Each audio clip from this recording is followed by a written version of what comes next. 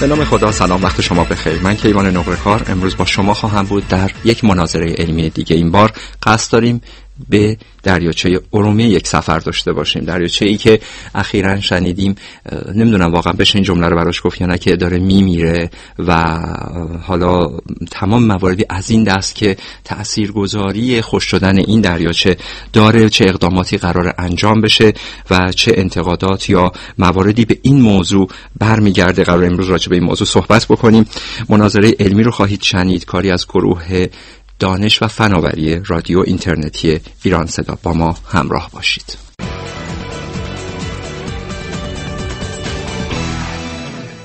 ممنونم که ما رو همراهی میکنید. بحث ما امروز در رابطه با مشکلاتی هستش که برای دریاچه ارومیه پیش اومده و مواردی که از این دست میشنویم بسیار هم ناراحت کننده است. مهمانان خوبی هم در استودیو و هم به صورت تلفنی ما رو همراهی خواهند کرد و در این مورد صحبت خواهیم کرد.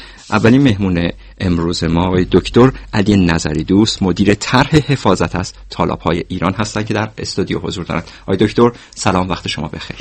من خدمت شما و همه شنوندگان عزیز سلام عرض میکنم. خیلی خوش اومدید آقای دکتر. این که بگیم دریاچه ارومیه داره میمیره اصطلاح درستیه؟ والا شرایط دریاچه ارومیه خیلی حاد و بحرانیه و واقعا اطلاق اصطلاح در حال احتضار بودن یا در حال مردن شاید واژه نادرستی نباشه ما برای دریاچه ارومیه به کار ببریم. متاسفانه شرایط دریاچه خیلی بحرانیه و به هر حال وضعیت محیط زیست اون در حد بحران به سر میبره و امیدوار هستیم که بتونیم این شرایط رو بازگردونیم، ولی به هر حال این حد به صورتی نیست که ما ناامید باشیم از وضعیت دریاچه و امیدوار هستیم که بتونیم این رو به شرایط عادی و نرمال خودش برگردیم. پس جای امیدواری هست؟ بله حتما. به هر حال زیست بوم‌های طبیعی یا اکوسیستم‌های طبیعی در واقع یک قابلیت انعطاف پذیری دارن که تا حدی میتونن بحران‌ها و تنش‌های محیطی رو تحمل کنن و بعد از بازگشت شرایط به حالت عادی دوباره به شرایط طبیعی خودشون برگردن. به هر حال این با توجه به شرایط محیط زیست و نوساناتی که به طور طبیعی در طبیعت هم وجود داره در اکوسیستم ها وجود داره و به هر حال این قابلیت رو دارند که به شرایط اولیه برگردن.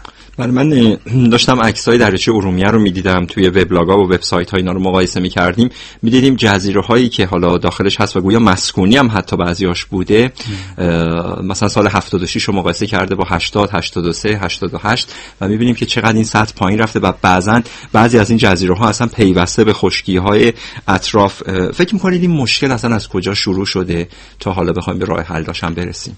در مورد جزایر دریاچه ارومیه 102 جزیره داره که تعداد خیلی زیادیه، منتها اکثر این جزایر کوچکی هستن. بله.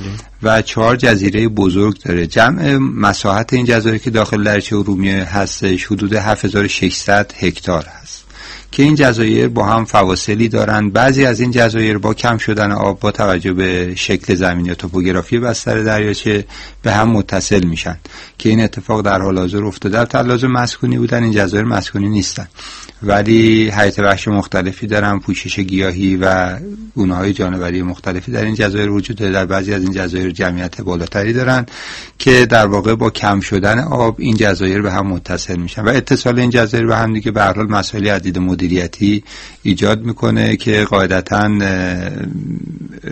به هم وصل شدن جمعیت حیات وحش، چون گونه‌های مختلفی در این جزایر وجود دارن، یکی از این مسائل و مشکلات میتونه باشه.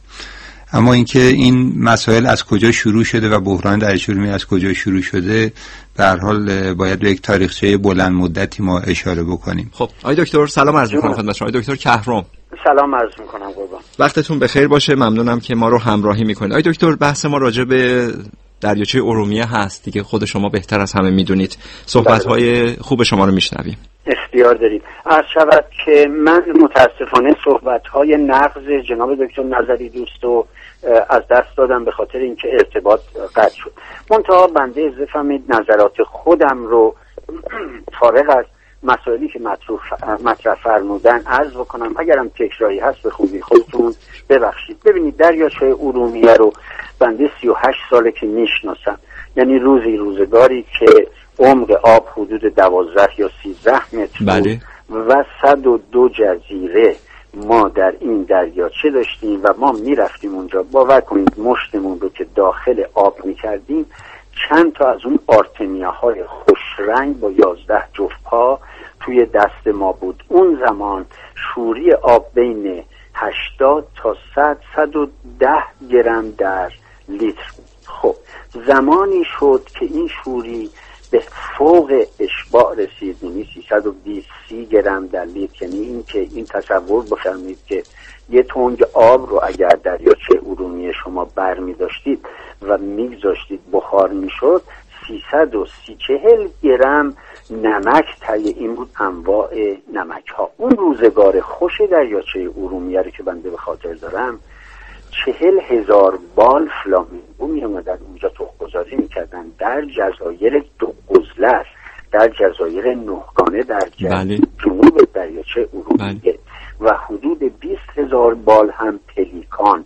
و بعد این جزایر رو تقسیم کرده بودن بین فلامینگو و پلیکان و کاکایی ها تخم‌گذاری میکردن و دریاچه در عین تراوت و در عین زیبایی، آبی رنگ و در عین سلامت بود. خب ما اون روزها رو دیدیم. الان وضع به جای رسیده که چندی پیش بنده داشتم سفر به خارج میکردم، هواپیما بر روی دریاچه ارومیه وقتی که پرواز میکرد، این مهماندار محترم هواپیما آمد کنار ما نشست، دوتایی ما باور کنید که اشک ریختیم، به خاطر اینکه یک آب به اصطلاح چروکیده آب رفته، ببخشید این اصطلاحات عامیانه رو مصرف میکنم، که قرمز رنگ شده بود. باز هم از این اصطلاح عامیانه استفاده میکنم، مثل آب هندوانه و یا مثل آب گوجه فرنگی.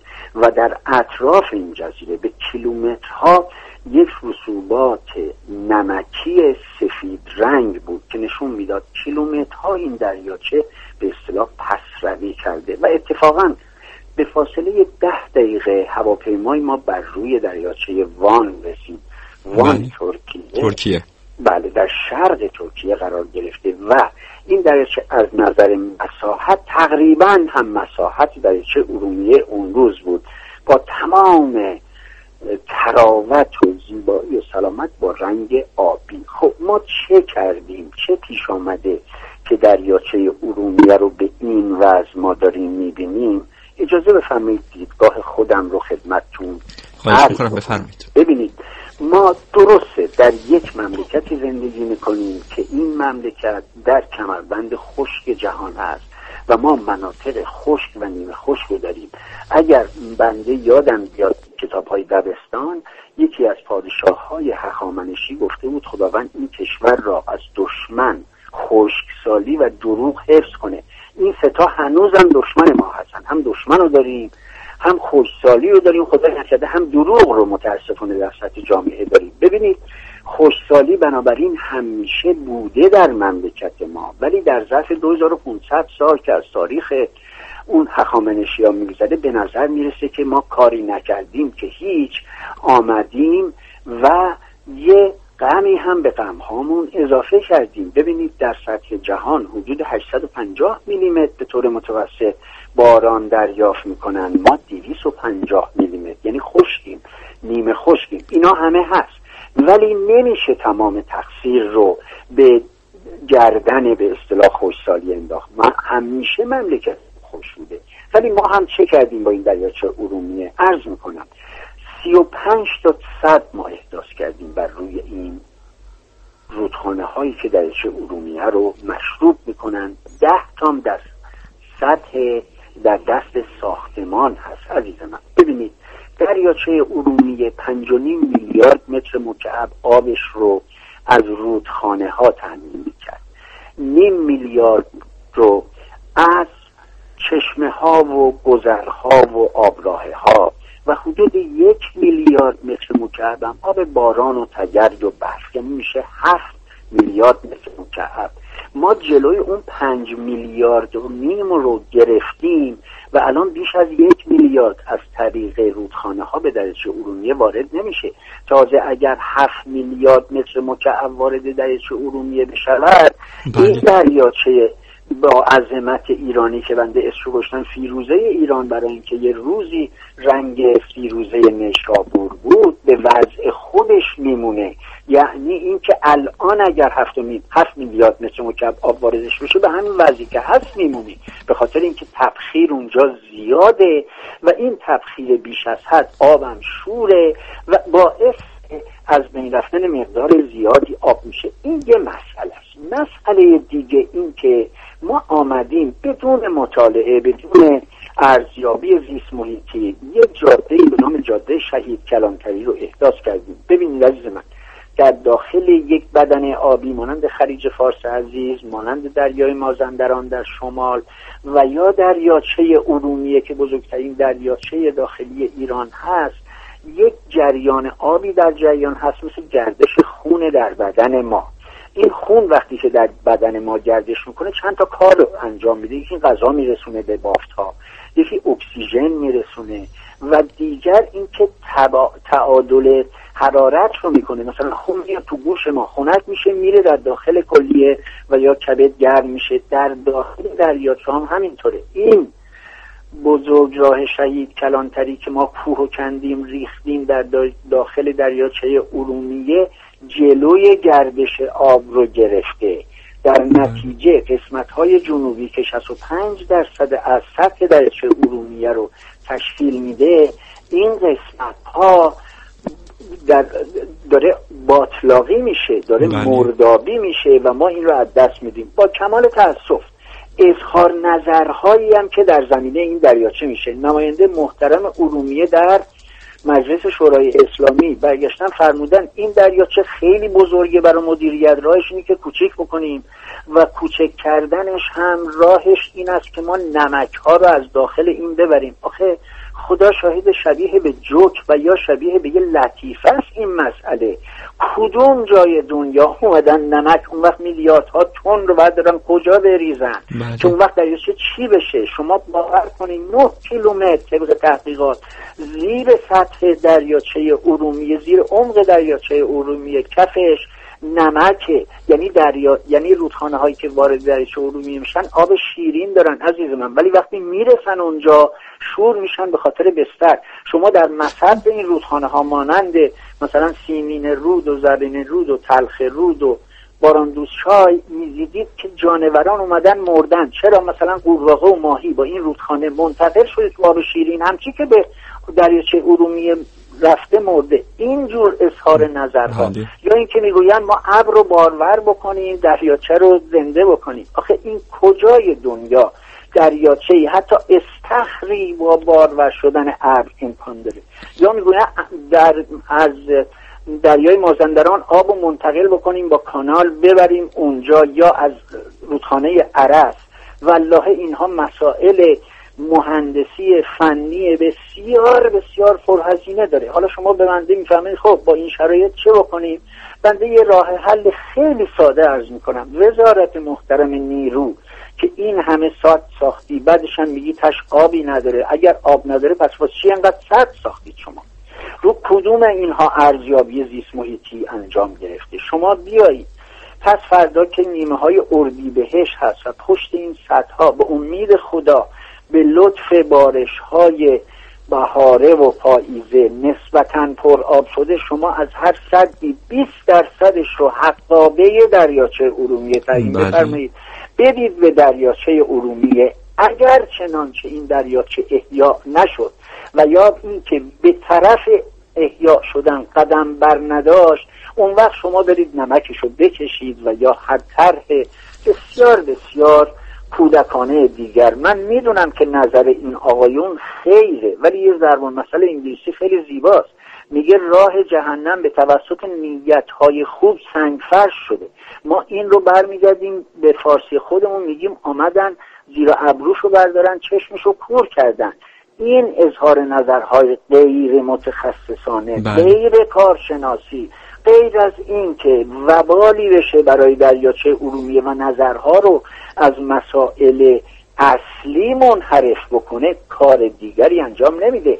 ببینید نماینده محترم ارومیه به توسط مردم انتخاب شده، نه به عنوان یک کارشناس محیط زیست. چه اشکالی داره که ایشون از کارشناسای محیط زیست که در مملکت زیاد هستن اظهار نظر بخوان قبل از اینکه بفرمایند که نمک ها رو استخراج بکنیم، نمیدونم دریاچه رو کوچیک بکنیم. این مسائل عرض کردم باعث انحراف از مسئله اصلی میشه. دریاچه ارومیه رو آبش رو ما گرفتیم، شیره جونش رو گرفتیم. باور بفرمایید، بنده دارم پرحرفی میکنم، هر وقت لازم شد بنده رو متوقف بفرمایید.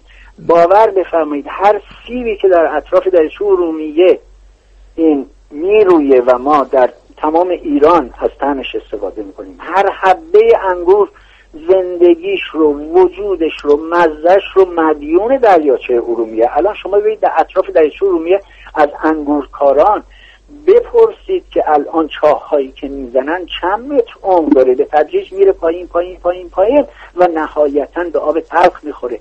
من میترسم از اینکه پیش بینی بکنم حتی که دریاچه ارومیه خوش بشه به سر شهرهای ما چه خواهد آمد.